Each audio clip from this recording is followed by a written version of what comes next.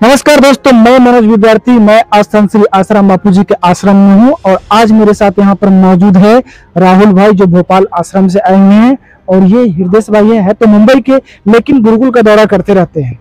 तो आज मैं कुछ आप लोग के साथ जो बात करने वाला हूँ, आपको कुछ बात जो बताने वाला हूँ, वो है गुरुकुल वर्सेस कॉन्वेंट। आज लोगों के मन में बहुत ऐसे प्रश्न आते हैं। जब गुरुकुल का जब नाम आता है तो लोगों के मन में कहीं ना कहीं एक शंका पैदा हो गया है कि गुरुकुल शब्द मतलब हम गुरुकुल में अगर बच्चों को भेजते हैं तो बच्चे को आध्यात्मिक बच्चे बन जाएंगे, बच्चे बाबा जी बन जाएंगे, बच्चे साधु बन जाएंगे। तो ये लोगों के अंदर एक डर पैदा हो गया है।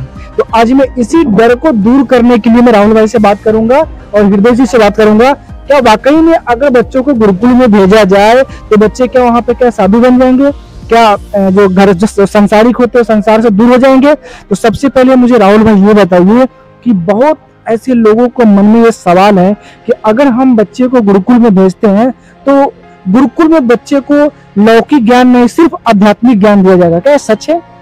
नहीं, ये बिल्कुल भी सच नहीं है। गुरुकुल में सिर्फ आध्यात्मिक ज्ञान ही नहीं दिया जाता। आज हमारे गुरुकुल में ऐसे कई बच्चे हैं जो डिस्ट्रिक्ट में टॉप कर रहे हैं, कोई नेशनल लेवल में भी उनकी रैंक आती है। तो सिर्फ हम इतना कह देने से ये नहीं होगा कि सिर्फ बच्चे गुरुकुल में आते हैं तो वो आध्यात्मिक शिक्षा या आध्यात्मिक जगत में ही सिर्फ रह जाते हैं। नहीं, ऐसा नहीं है। आप गुरुकुल का अभी संत श्री आसाराम जी बापू गुरुकुल जो भी हैं, जैसे छिंदवाड़ा, भोपाल, अहमदाबाद, आगरा, जयपुर, सभी जो भी गुरुकुल हैं उसमें जो भी बच्चे चयनित होते हैं, बड़े बड़े सिविल सर्विस में जा रहे हैं, मेडिकल की तैयारी कर बच्चे मेडिकल में आ रहे हैं, मेडिकल फील्ड में सर्विस कर रहे हैं, बड़े बड़े इंजीनियरिंग कॉलेज से पास आउट होकर विदेशों में भी सेवा दे रहे हैं। तो हमारा गुरुकुल सिर्फ आध्यात्मिक जगत तक स्थिर नहीं है, वो लौकिक शिक्षा में भी बहुत आगे है। अच्छा, मैं रिजल्ट की बात करना चाहता हूँ। रिजल्ट जो है प्राइवेट स्कूल के अकॉर्डिंग, क्या गुरुकुल के बच्चे का जो रिजल्ट अच्छा आता है क्या? जी बिल्कुल। ये मुझे बोलने में बहुत ही गर्व महसूस हो रहा है। आज हमारे जो बच्चे हैं, जैसे गुरुकुल में जो बच्चे पढ़ रहे हैं उनका रिजल्ट हमेशा अच्छा ही होता है और हमारे जितने भी गुरुकुल हैं सब जगह 100% रिजल्ट आता है। और गुरुकुल में बच्चे टॉपर्स भी होते हैं, क्योंकि बच्चे जब एकाग्र होंगे तो कहीं वो अपनी एकाग्रता जहाँ भी लगाएंगे वहाँ पे उनको रिजल्ट जरूर आएगा। अच्छा, मुझे एक चीज और बताइए, बच्चों को गुरुकुल में आप किस किस चीज पे सावधान करना चाहते हैं और करते हैं आप लोग? हम लोग बच्चों को स्पेशली मोबाइल से दूर रखते हैं कि आज डिजिटल टेक्नोलॉजी का युग है, लेकिन बच्चे उस मोबाइल का दुरुपयोग न करें। बच्चे अगर मोबाइल यूज़ कर रहे हैं तो उसे एक सिस्टमेटिक ढंग से उपयोग करें, उन्हें कोर्स कंटेंट उससे यूज़ करें और मोबाइल से दूर रहें। उसके साथ साथ कुछ संग से दूर रहें। उनके साथ साथ बच्चे चलचित्र और जो भी व्यसन है उनसे दूर रहें। इन चीजों पर हम विशेष फोकस करते हैं। अच्छा, खान पीन को लेकर आप कैसे मेंटेन करते हैं? जैसे आज के मुंबई के फॉर एग्जांपल मैं बताना चाहता हूँ आपको कि मुंबई के बच्चे अगर जाते हैं तो मुंबई के बच्चे बाहर के खाना पे ज्यादा उनको अच्छा लगता है। वैसे बच्चों को अगर आपके गुरुकुल में भेजा जाए तो वो बच्चे क्या वहाँ पे मैनेज कर पाते हैं खान पीन को लेकर? जी देखिए, जैसे बापू जी के बताए हुए दिनचर्या में हमारा गुरुकुल चलता है। हमारे गुरुकुल में सिर्फ फास्ट फूड पे ही विशेष ध्यान नहीं दिया जाता। हमारे गुरुकुल पे एक पौष्टिक आहार दिया जाता है। बच्चों को सुबह एक प्रॉपर नाश्ता मिलता है, फ्रूट्स और जो भी नाश्ता में रहता है वो सीजनल सब्जी, वेजिटेबल्स और सीजनल फ्रूट्स भी हम प्रोवाइड कराते हैं। बच्चों को एक बैलेंस डाइट दिया जाता है, ना कि एक फास्ट फूड जैसा डाइट दिया जाता है। अच्छा, पहनावा और अच्छा, और भी हमारे जो कल्चर है, संस्कृति है भारत की, जैसे आप और भी तलवारबाजी हो गया, बहुत ऐसे गेम्स हो गए कंपटीशन के लिए, वो सब भी प्रोवाइड आप लोग करवाते हैं बच्चों? जी बिल्कुल। हमारे गुरुकुल के अभी कुछ बच्चे थे जो रिसेंटली भोपाल गुरुकुल की अगर मैं बात करूं तो अभी लास्ट 2 मंथ्स पहले बच्चे अभी 23 तारीख से ही नासिक में एक उनका होने वाला है इवेंट नेशनल, तो उसमें कराटे में 4 बच्चे आ रहे हैं। अभी मैं लास्ट ईयर की बात करूं तो हमारे जो इंटरनेशनल लेवल में बूसू में 4 बच्चे सेलेक्ट हुए थे। जैसे कि मैं बोल रहा था कि हमारे बच्चे सिर्फ एकेडमिक में ही नहीं, हमारे बच्चे स्पोर्ट्स में भी बहुत आगे होते हैं। जैसे मैं आपको बताऊं, लास्ट अभी 2-3 मंथ्स पहले ही हमारे बच्चे जो मडगांव गोवा में नेशनल खेल कर आए हैं और इंटरनेशनल के लिए चयनित हुए हैं। अभी 23 मई में हमारे बच्चे नासिक में कराटे नेशनल खेलने आए हैं। ऐसे कई गेम हैं जहाँ पे बच्चे हमारे नेशनल और इंटरनेशनल खेले हुए हैं।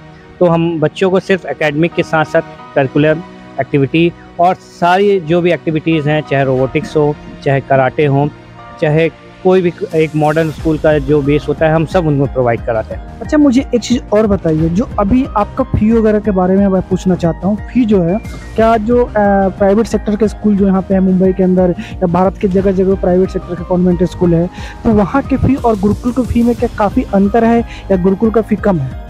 अगर मैं फ़ीस की बात करूँ तो जैसे हमारा गुरुकुल का स्थापना पैसा कमाने के लिए नहीं हुआ, हम एक बेसिक फ़ीस लेते हैं जो बच्चों के लिए ही लगाए जाते हैं। तो हमारा फ़ीस की बात करें तो एक नॉर्मल फ़ीस है। कोई भी सीबीएसई स्कूल और डे बोर्डिंग के साथ कोई सीबीएसई स्कूल है तो उससे नॉर्मल ही फ़ीस रहती है हमारी, ना कोई हाई एकदम फ़ीस है। जो हम उसमें कोर्स कंटेंट प्रोवाइड कराते हैं, जो उनमें डाइट, भोजन, मैथ्स का रहता है, उनके अकॉर्डिंग ही एक नॉर्मल फ़ीस हमें तय करते हैं। अच्छा, मुझे आप हृदय जी बताइए, ये बापूजी ने जगह जगह गुरुकुल की स्थापना करवाने की कोशिश की, इसके पीछे का उद्देश्य क्या था? देखिए, मुख्य उद्देश्य यही बापूजी का रहा है कि हमारे बच्चे संस्कारी हों, क्योंकि आज वेस्टर्न कल्चर का इतना दुष्प्रभाव हो गया, खास करके मोबाइल के द्वारा, इंटरनेट के द्वारा बच्चे बिगड़ते जा रहे हैं। तो मुख्य उद्देश्य यही बापूजी का रहा है कि हमारे बच्चे संस्कारी हों, महान हों। और जैसे भूतकाल में पहले भारत जैसे विश्व गुरु था और वो विश्व गुरु के लेवल पर हमारा भारत पहुंचे, यही मुख्य उद्देश्य बापूजी का रहा है कि भारत का बच्चा जो है पूरे विश्व का जो ऐसे नेतृत्व करता है वो जीवन में आगे करे। एक सवाल मैं और भी आपसे पूछना चाहता हूँ कि आज की युवा पीढ़ी के जो भी लोग हैं, पेरेंट्स हैं खासकर, उनके मन में एक इंग्लिश मीडियम का होड़ लग गया है कि मैं अपने बच्चों को इंग्लिश मीडियम पढ़ाऊंगा तो मुझे बच्चों को अच्छा एजुकेशन दे पाऊंगा। तो उनके मेंटलिटी को आप कैसे चेंज करेंगे गुरुकुल तक खींच कर लाने के लिए? देखिए, जहाँ तक ऐसा है कि जब अंग्रेज भारत में नहीं आए थे तब भारत में जो शिक्षा व्यवस्था थी वो गुरुकुल ही थी। और अंग्रेजों ने जब रिसर्च किया कि यहाँ के बच्चों का मनोबल बहुत ऊंचा है, यहाँ के लोगों का मनोबल बहुत ऊंचा है और वो नहीं एकदम कंट्रोल हो पा रहा है, तो उन्होंने इस पर जब रिसर्च किया तो पता चला कि इसके मुख्य जड़ में है गुरुकुल है। क्योंकि गुरुकुल में जो संस्कार दिए जाते थे वो ऋषि परंपरा के हिसाब से दिए जाते थे, जिससे बच्चे प्राण बल उनका मजबूत होता, मनोबल भी मजबूत रहता और जो हिंदू संस्कृति की जो बातें रहती उनके अंदर एकदम रग रग में बैठी रहती थी। संस्कार, ये सब बातें जो थी तो वो बहुत था। और इसके मुकाबले अभी जो हो गया है अंग्रेजी जो माध्यम है आज जो चल रहा है, तो अंग्रेज जब आए थे उन्होंने शिक्षा व्यवस्था को खत्म करने के लिए लॉर्ड मैकाले का वो एक बनाया और जो उस समय के गवर्नर थे, और आज भी वही शिक्षा व्यवस्था चल रही है। और उस शिक्षा व्यवस्था में ये कि भारत की संस्कृति को पूरी तरह से खत्म करना है। और तो यही कारण है कि हमारा जो आज की जो गुरुकुल की जो शिक्षा व्यवस्था है वो भारतीय संस्कृति को उत्थान करना है, भारत के बच्चों को उसमें मतलब एक आगे लाना है। और जो ये है जो आज देखिए आज वृद्धाश्रम बहुत बढ़ रहे हैं, तो कारण यही है क्योंकि जो बच्चे लॉर्ड मैकाले के उसमें पढ़े हैं तो कोई संस्कार नहीं है, कुछ जीरो। तो मैं इस चीज़ को मान लूँ कि जो लॉर्ड मैकाले का जो मिशन था, अंग्रेजों का जो मिशन था कि भारतीय एजुकेशन को तोड़ना और इंग्लिश मीडियम को प्रोवाइड करना, जगह जगह कॉन्वेंट खुलवाने, वो मिशन सफल हो गया? नहीं, देखिए उनका मिशन सफल नहीं हुआ है क्योंकि आज यही कारण रहा कि बापूजी ने इस पर बहुत ध्यान दिया। बापूजी ने तो बहुत सूक्ष्मता से देखा और बापूजी ने इसीलिए जो गुरुकुल व्यवस्था का बापूजी ने निर्माण किया कि जो वृद्धाश्रम खुल रहे थे, बच्चे भटक रहे थे, तो आज गुरुकुल में जो बच्चा पढ़ता है वो इतना संस्कारी होता है, वो अपने माता पिता को रोज चरण छूकर ही अपनी दिनचर्या शुरू करता है। मतलब संस्कार वहीं से शुरू हो जाता है और वो बच्चे मतलब संस्कार के एकदम आगे जाते हैं। तो कहीं न कहीं इनका मिशन जो है अंग्रेजों का जो मिशन रहा है अंग्रेजी माध्यम के, वो फेल हुआ है इन गुरुकुल के कारण। अच्छा, मुझे एक चीज़ और बताइए, आपके कहने के अकॉर्डिंग मैं मान लेता हूँ कि अंग्रेज को यहाँ आने से पहले हमारे यहाँ गुरुकुल परंपरा थी, राइट? तो ये गुरुकुल परंपरा जो थी, अभी अंग्रेज आए, मैकाले यहाँ पे आए और यहाँ पे जो एजुकेशन को अपनी तरफ से मॉडर्नाइज करने लगे, ठीक है ना? तो ये जो चेंजिंग हुआ, ये हम युवा पीढ़ी या हमसे हमारे जो एक दो पूर्वज थे उनके साथ सामने सब चेंजिंग हुआ, तो क्या इस तरह के चेंजिंग को देखते हुए उनको समझ में नहीं आया कि हमारी संस्कृति को तोड़ा जा रहा है, हमारी संस्कृति के ऊपर कहीं ना कहीं प्रहार हो रहा है, इसे हमें रोकना चाहिए और अपने बच्चों को इंग्लिश मीडियम स्कूल में ना भेज के गुरुकुल में भेजना चाहिए? देखिए, ऐसा है कि कुछ संस्थाएं तो रही कि वो अपना कर रही थी, अपनी प्राइवेट वो बना रही थी, लेकिन बापूजी जैसे जब संत का वो उत्थान हुआ तो बापूजी ने इस पर ध्यान दिया और बापूजी अपने सत्संग में इन बातों को बताना भी शुरू कर दिया। तो उस तरह से फिर लोगों की समझ में आने लगा। और इस देखिए आज फिर लोग अपने बच्चों का एडमिशन जो अपने बच्चों को गुरुकुल में पढ़ाने लगे और उसका बेनिफिट भी देख रहे हैं। आज उसका बेनिफिट भी देख रहे हैं, क्योंकि आज देखिए जो बच्चा गुरुकुल में पढ़ता है वो आपको देखिए मोबाइल यूज नहीं करता, क्योंकि पता है मोबाइल यूज करके तो बस अपने हिसाब से करेगा, अपने पढ़ाई लिखाई हिसाब से, अपने काम के हिसाब से करेगा। लेकिन गुरुकुल जो बाहर का बच्चा वो उसमें लगा रहता है, बिगड़ रहा है और उसके अंदर कोई संस्कार नहीं है। वो आज तरह तरह के उसके अंदर कमियां आ रही हैं, कहीं कुछ गलत आदतों में चले जा रहा है। लेकिन गुरुकुल का बच्चा इन सब से दूर रहता है, ये सारी बात। तो देखा दोस्तों, मैंने हृदय भाई से बात जानने की कोशिश की और यहाँ पे मैं राहुल भाई से भी जानने की कोशिश की। इन लोगों ने यही बताया कि जो पहले की हमारी शिक्षा पद्धति थी वो था गुरुकुल। जब मैकाले हमारे देश में आए, अंग्रेज हमारे देश में आए, उन्होंने लगभग 250 वर्ष हमारे देश में शासन करके गए। चले तो गए, हम सब मान लिए कि हमारा देश आज़ाद हुआ, लेकिन वो अपना एक छाप छोड़ के गए। वो छाप आज हम सबको ऊपर अटैक कर रहा है और वो है इंग्लिश मीडियम स्कूल। उनका मिशन था कि सबसे पहले हम बच्चे के अंदर ऐसा संस्कार डालेंगे, बच्चों को खान पीन में चेंज करेंगे, बच्चे के पहनावा ओढ़ावा चेंज करेंगे। और शायद मुझे ऐसा लगता है कि इस मिशन में वो सफल है। सफल होने का रीजन क्या था? क्योंकि हम सब अपनी सनातन संस्कृति को सही से पहचान नहीं पाए। आज मुझे ऐसा लगता है कि बच्चे जीन्स पहनना चालू कर दिए। पहनावे को देखेंगे तो बच्चे वेस्टर्न कॉस्ट्यूम पहनते हैं। खान पीन की बात जब आती है तो बच्चे पिज़्ज़ा बर्गर में ज़्यादा लग गए। जब एजुकेशन की बात आती है तो आप देखेंगे कि यहाँ पे बच्चों को इंग्लिश मीडियम पसंद आने लगे। बच्चों को नहीं, मतलब पेरेंट्स को इंग्लिश मीडियम पसंद आने लगे।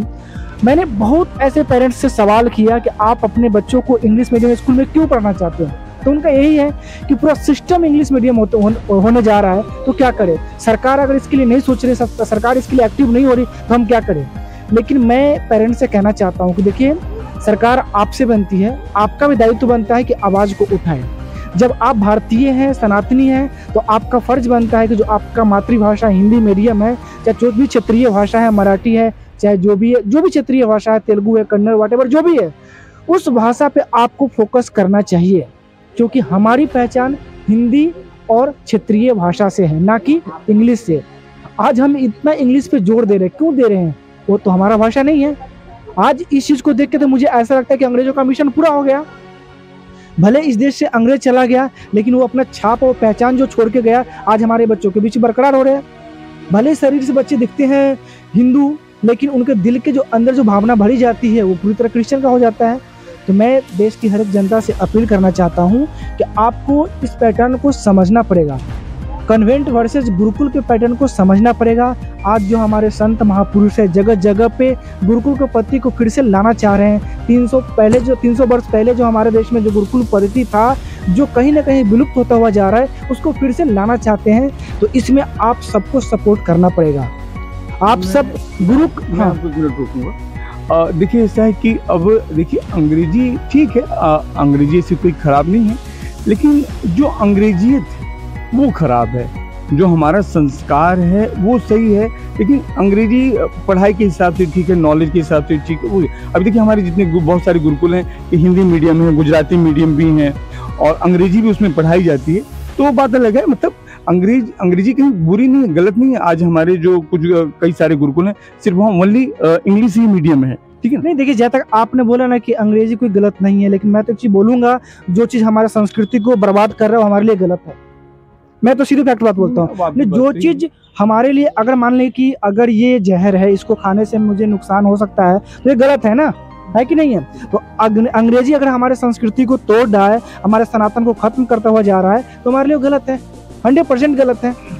तो मैं एक देश के हर एक जनता से और सरकार से भी अपील करना चाहता हूं कि जिस मिशन को आप अपनाना चाहते हैं, भारत विश्व गुरु की पहल को आगे की ओर बढ़ाना चाहते हैं, तो सबसे पहले हमारी संस्कृति, हमारा विरासत जो है, उस विरासत को खत्म नहीं होने देना है। हमारी संस्कृति की पहचान हिंदी है, हिंदू है, सनातनी है, इस चीज़ को हमें बरकरार रखना है। हिंदी ही हमारे लिए इम्पोर्टेंट है। और ठीक है, जहाँ इंग्लिश चलता चलेंगे, हम अपने बच्चों को इतना इंग्लिश पढ़ाएंगे जितना हमें ज़रूरत है, इतना भी नहीं कि पूरे अंधाधुंध में हम बच्चों को अंग्रेजी बना दे। क्योंकि अगर आप बच्चों को अंग्रेज बनाते हो, अपनी संस्कृति का ज्ञान अगर आप बच्चों को नहीं देते हो, तो यही बच्चा कल होकर आपको वृद्धाश्रम में डालेगा, आपके मुंह पे जूता मारेगा यही बच्चा, क्योंकि आपने संस्कार देने का काम नहीं किया है। तो इसलिए हर पेरेंट्स से मैं अपील करता हूं, सरकार तो बात की बात है, आज हमारे देश में सरकार जो भी है, जैसा भी चला रहे हैं, उनका विरोध नहीं करता हूं, वो सोचे न सोचे, लेकिन बच्चा आपका है। आप अपने बच्चे का भविष्य खुद को स्वयं तय कर सकते हैं कि हम अपने बच्चों को गुरुकुल में डालें या कॉन्वेंट में डालें। अपनी संस्कृति की पहचान किससे है, खुद इतनी समझदारी तो आपके अंदर है।